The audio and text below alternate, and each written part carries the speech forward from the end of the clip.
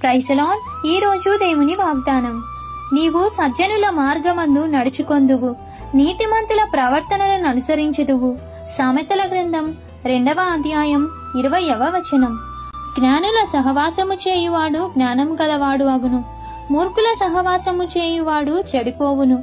కీడు పాపులను తరుమును, నీతిమంతులకు మేలు ప్రతిఫలముగా వచ్చును. మంచివాడు తన పిల్లల పిల్లలను ఆస్తికర్తలుగా చేయును. జ్ఞానుల సహవాసము చేయువాడు జ్ఞానం గలవాడు అగును, మూర్ఖుల సహవాసము చేయువాడు చెడిపోవును.